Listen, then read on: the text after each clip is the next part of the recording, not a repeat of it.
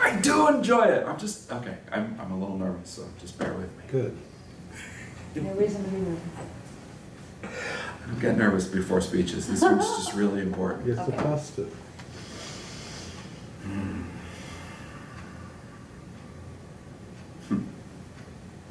I'm ordinary.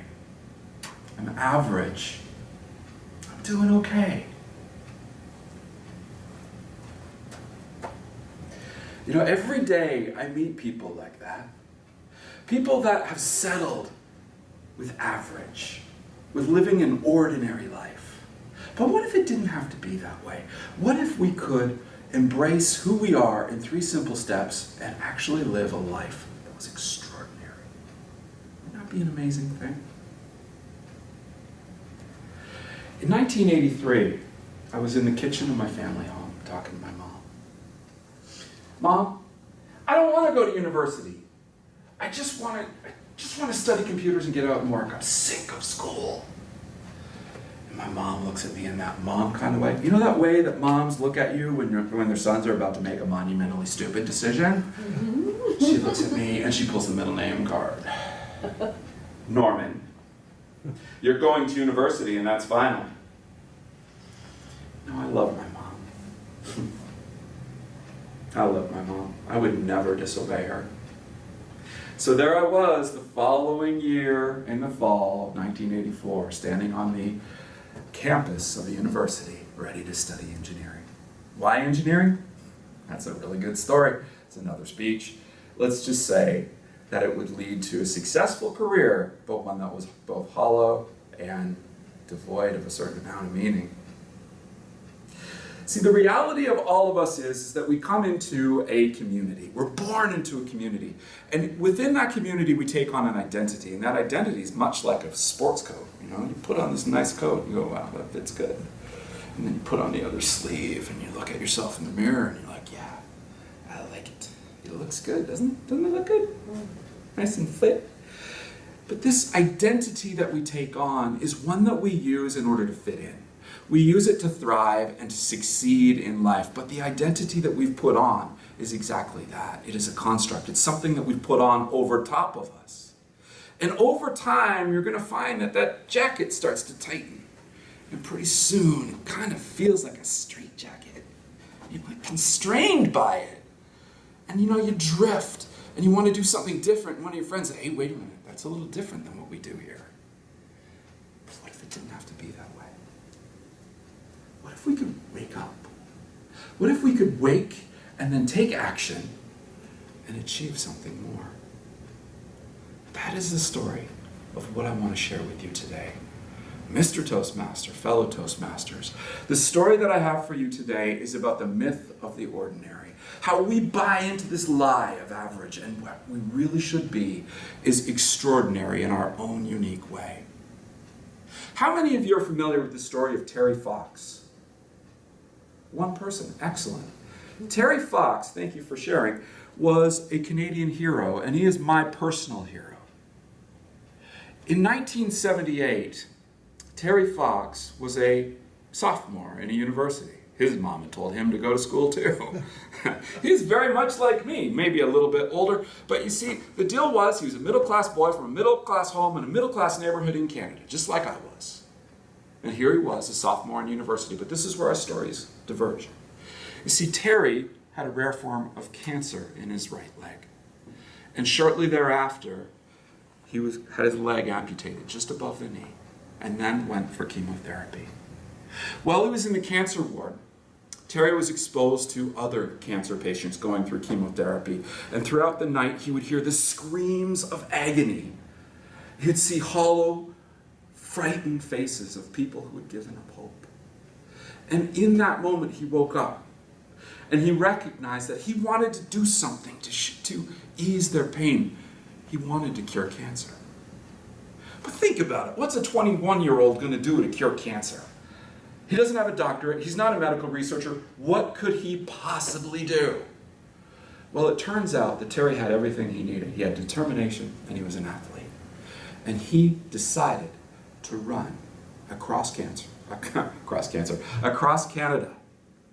for from the East Coast to the West. 5,300 miles, a marathon a day for 8 straight months. He wanted to raise $1 for every Canadian. In 1980, there were 24.1 million Canadians. He wanted to raise $24.1 million.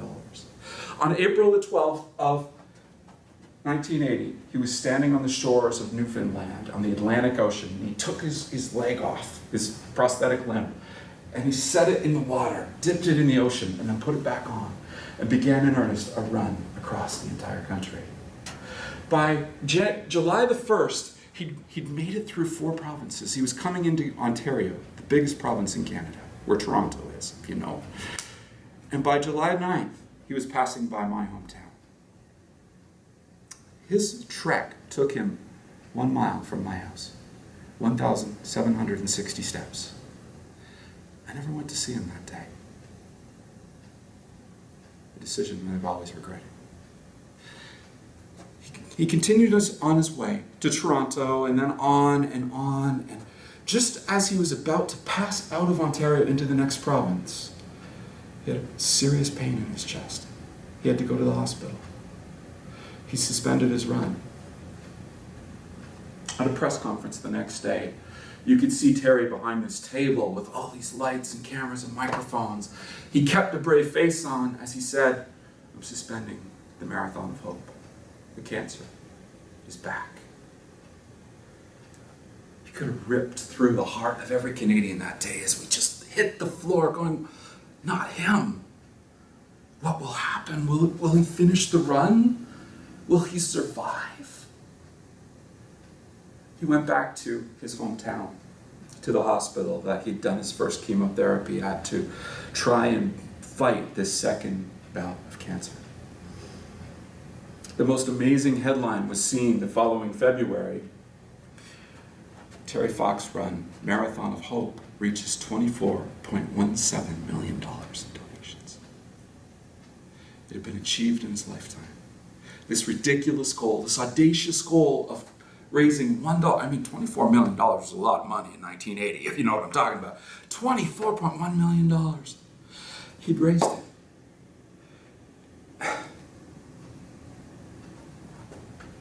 June 28, 1981.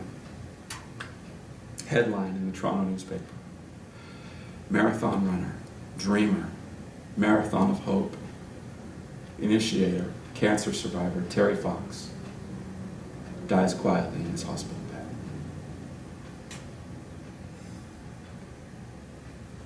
This is not the end of the story. Terry's dream had been realized.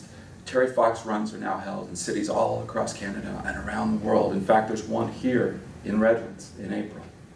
It's become that big a thing.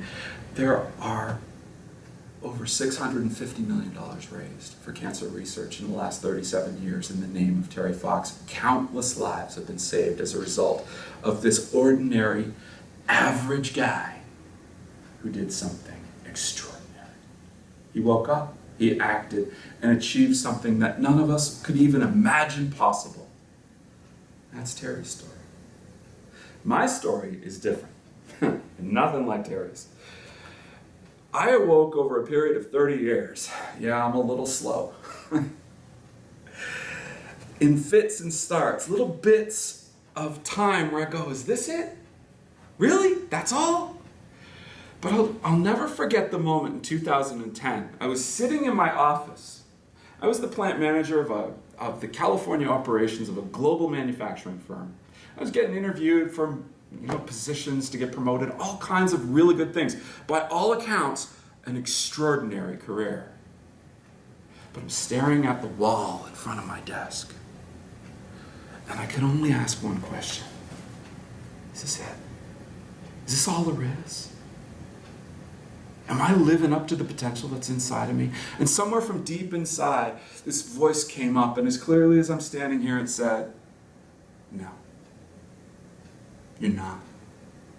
And in that moment, the level of awakeness raised to a point where I knew that I had to take action.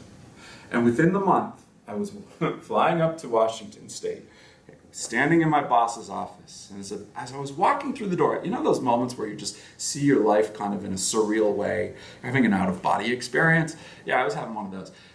There's this scene in the movie The Temple of Doom that Indiana Jones is standing at the edge of this cliff. And he's got to take a step of faith in order to be successful, but there's nothing there. And in the end, he steps. That was exactly the moment. As I stepped into my boss's office, I knew I had to resign. I knew I had to do something different. And I did. I handed in my resignation. All my friends thought I was crazy. Oh my gosh, it's 2011. We're still in the Great Recession, Ron. You're giving up a career for what? You're gonna start a business, an entrepreneurial startup in California? Are you crazy? You don't have any capital, Ron. Hello? What are you doing? What kind of business plan do you have? And I thought, this is gonna take a little bit more courage than I realized. But in the end, what choice did I have? What choice did I have? I stepped anyway. And over the last 7 years, I have watched myself engage in a process of building a business that isn't really about business. It's about people. It's every day I get to interact with people such as yourself and share everything that I am and everything that I know, and I get to help others wake up so that they too can make a difference in their organizations and in their lives. It is the most amazing blessing to be able to be in the position that I'm in. And it has made such a tremendous difference. The story I'm telling is act and achieve. But before you can do that in a meaningful way, you first have to wake up. And I ask all of you, as we sit here now,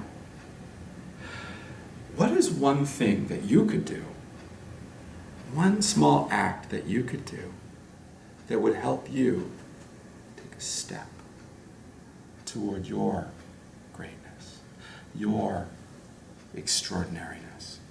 What act could you take today? You see, in the end, wherever you're at in your journey, I know this, that you are so much more than average, so much more than ordinary. You are extraordinary. Mr. Toastmaster. Is that a little better than last time? Oh, yeah. Oh my God, that was excellent. This was full of energy. Yeah. I heard every word because I wanted to hear it. It was captivating. It was. Still not perfect. I still want to focus What? on what is your message, because they're going Yeah, to I know. go after And you for that. toward the end, I realized I didn't reinforce the What message is the part. At one point in the speech, it almost sounds like the message is we got to raise money for cancer. Yeah. And that's not your That's message. not the message. The message in that story is that he did something extraordinary. He was ordinary, but he did something Right. extraordinary. Yeah. So you want to emphasize that part. Yes. You have to mention raising money for cancer. That's a wonderful thing, but that's not the That's point. not the point. And then all these other runs, other people are doing it, and that raises money for cancer. But the point is, they're doing something extraordinary. These other people who thought they Yeah, were. I like that. I like that. That's a really good way And to then tie that it ties together. into your story. Yeah. Yeah.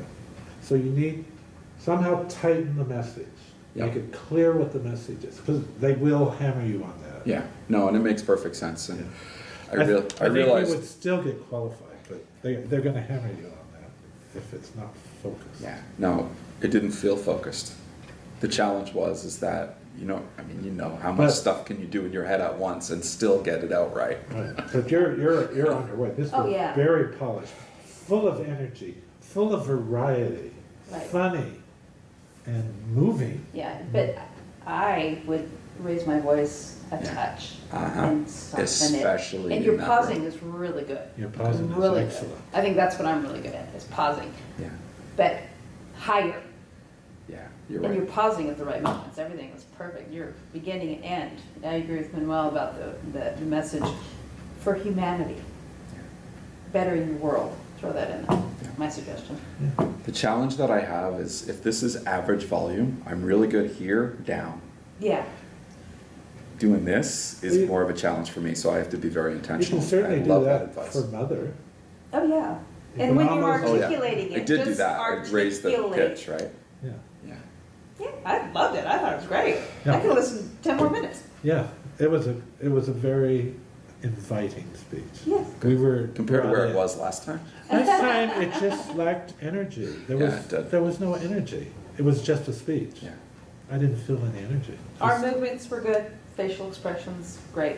Yeah, you got the choreograph. Yeah, you got that done. You're Now, moving. did I screw up the east to the west thing? Yes. Yeah. You need to put the left hand the east, because we're looking at the map this way. It's the opposite of what you think. I was thinking that too, but I was going this way, and I'm like, But you gotta rehearse it, because yeah. after you right? do it with the arms, then you physically do it. Yeah. But Oh, you're- and when you mention your mother, maybe put your hand in your heart Yeah. instead of this. Yeah, that was a touching moment. Yeah. Pause and Well, with the emotion. if I had more time, I would tell him that she died of cancer 4 years ago. So Oh, Right, but that brings in too much Yeah. cancer. Then it starts to sound like a speech. If that's what why you I want- leave it out, because Yeah, because then that has nothing to do with your story. right. Yeah. So I don't want to bring that in. But that's really good. When are you gonna do it? I like that you said that's a whole nother speech. at one Yeah, point. exactly. well, that's That, like a hook that for leaves later. us wanting more, That's right. but it's not part of the speech. It's Right. just a reference. Yeah. August 2nd. But this, I certainly think this would qualify, just the way you did it. But you want it I want it better. even better. It was really good. Your vocal rhyme is really It was good. really good. I heard every single word you Yeah, said. and there was That is not an one awful or and or so or what, no filler words. Very polished. Yeah. I think there were a couple of moments that you sort of That would work.